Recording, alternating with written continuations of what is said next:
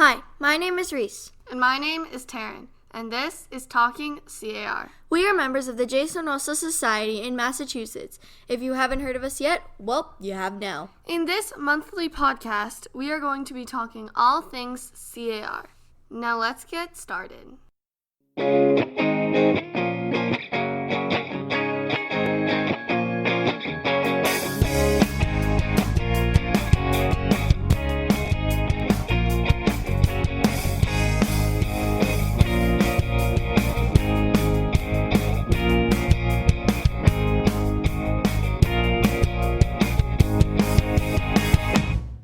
Hello, and welcome to Season 2, Episode 5 of our podcast, Talking CAR. In this month's episode, we have a very special interview to share with you all.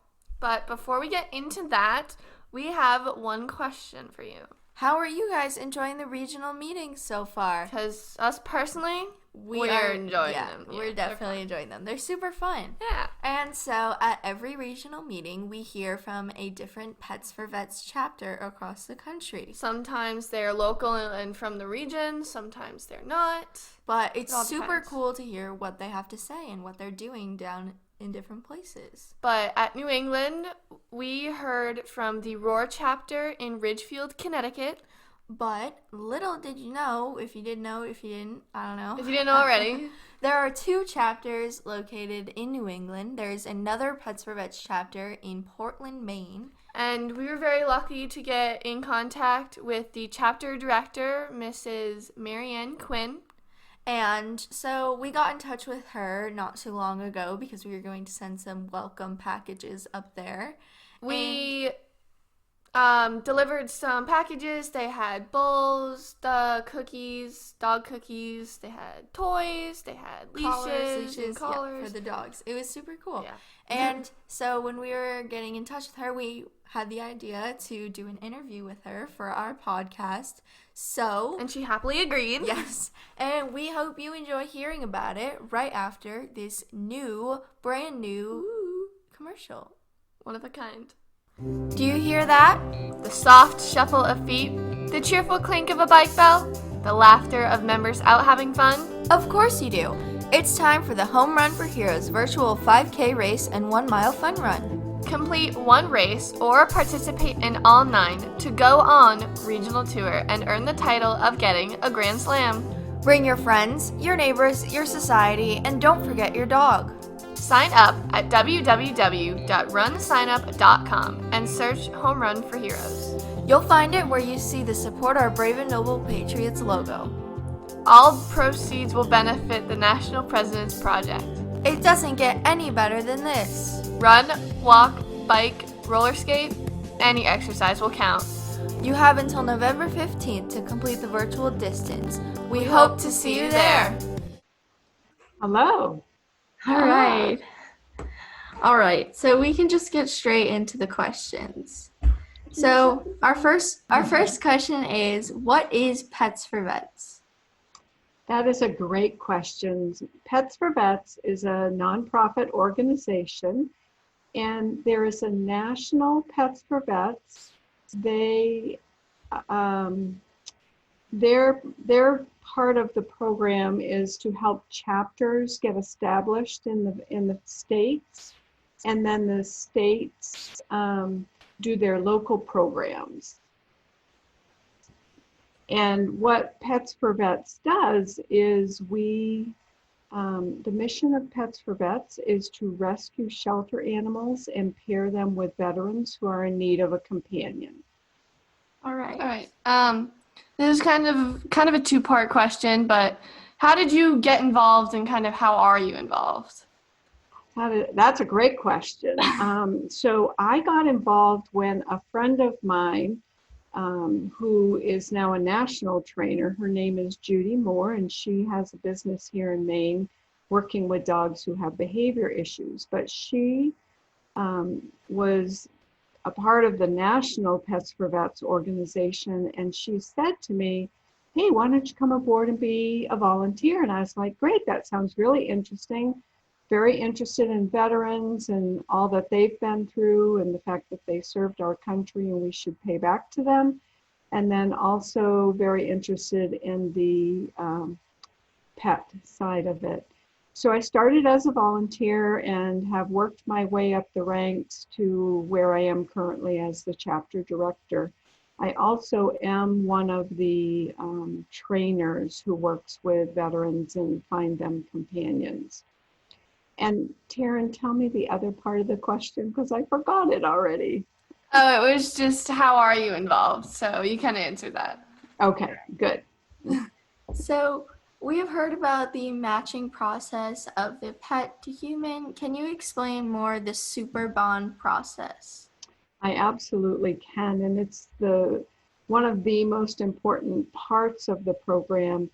Clarissa Black, who founded the program back in 2009, took her dog Bear to the VA in Long Beach, California, and she quickly and clearly saw that her dog was comforting the veterans, and she's like, there's something more to this. So over the years, Clarissa has really looked at the process and vetted this super bond, and so she has actually trademarked it because it's really the most important piece of the work that we do. And what happens with the super bond is the dogs um, the dogs we select for the veterans kind of have this natural peace about them, so that when we bring the dog to the veteran, there's already that automatic connection between the dog and the veteran.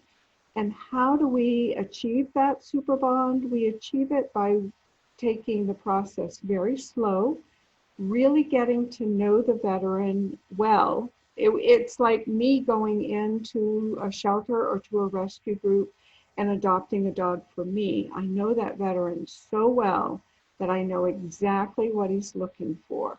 And that's what starts that super bond. I think you may have answered this one kind of in the last question, but how do you start the matching process? Oh, so that's interesting as well. And it is meant to move along at a pace so that it's not quick. It's really meant to be very thoughtful. So what happens is we receive an application from a veteran who's looking for a companion. And we oftentimes in our work talk about dogs. And we honestly, we here in Portland, Maine haven't matched anything other than a dog, but other chapters have matched cats and rabbits. So any animal really that a veteran thinks would be a good companion for them. Anyway, got off track a little bit there. So what happens is the veteran applies via an application, and then when one of the trainers in the chapter is available to start working with the veteran, the application is sent to them. They review the application. They really look at what the veteran has said on the application, what pieces might be missing, what do we need to know more from the veteran. They reach out to the veteran either by email, phone, or text, and they start the conversation. Over the next months, we're looking at things like doing a face-to-face interview in a location that is neutral. So it could be a coffee shop. That's kind of hard today in the COVID world, but right now we're fortunate that we can still meet outside. Then we continue to get to know the veteran really well, and we do a home visit. And then once all of our questions are answered and we feel really comfortable that we know what the veteran needs in a dog, we start looking for that animal. All right. So, since you have matched countless amounts of dogs and humans, what are some matches that really resonate with you today or really stick with you? Yeah.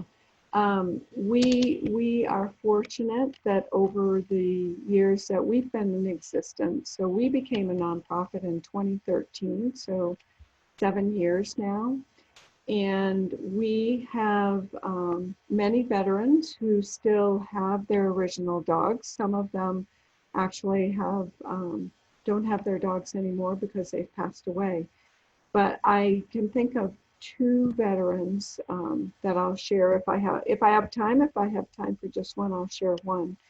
There's a particular veteran who was matched with a dog, and he became a school teacher. And our animals are not service animals, so they are not automatically granted public access. And this veteran wanted to bring his dog to school with him. So he worked with a trainer that did the match with him and found out what he needed to be able to bring that before the school, the principal, the administration. And he found out what he needed, and so then he moved forward and got the permission that he needed to bring his dog to school.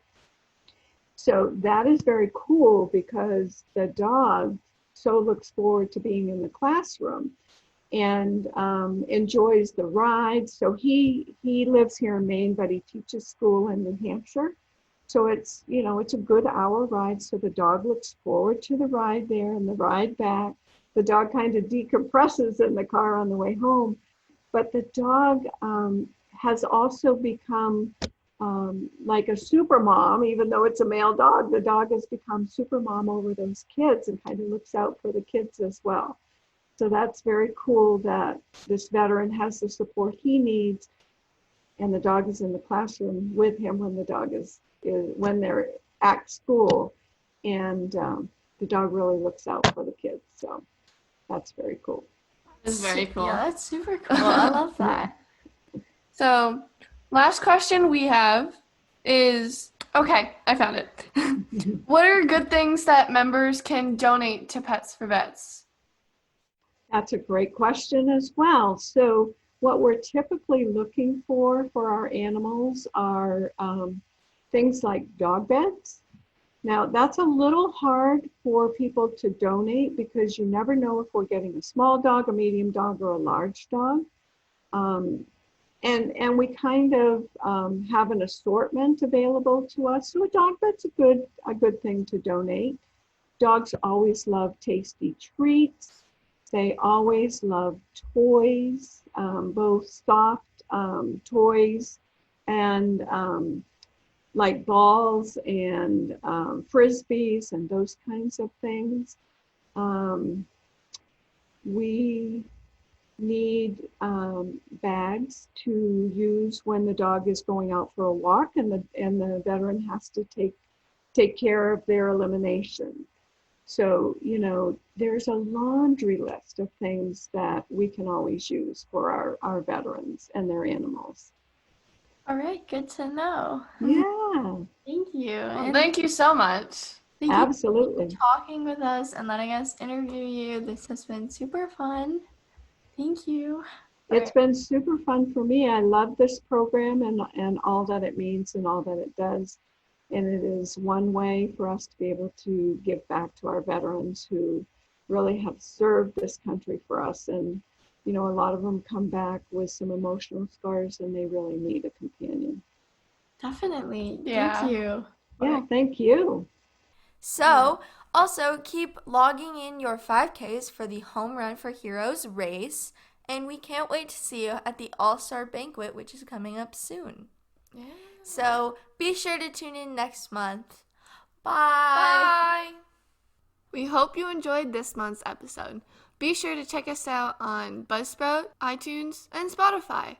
Also, make sure to like us on Facebook and Instagram. If you haven't heard Season 1 already, you can find those episodes on the Talking CAR Facebook page. Be sure to tune in next month.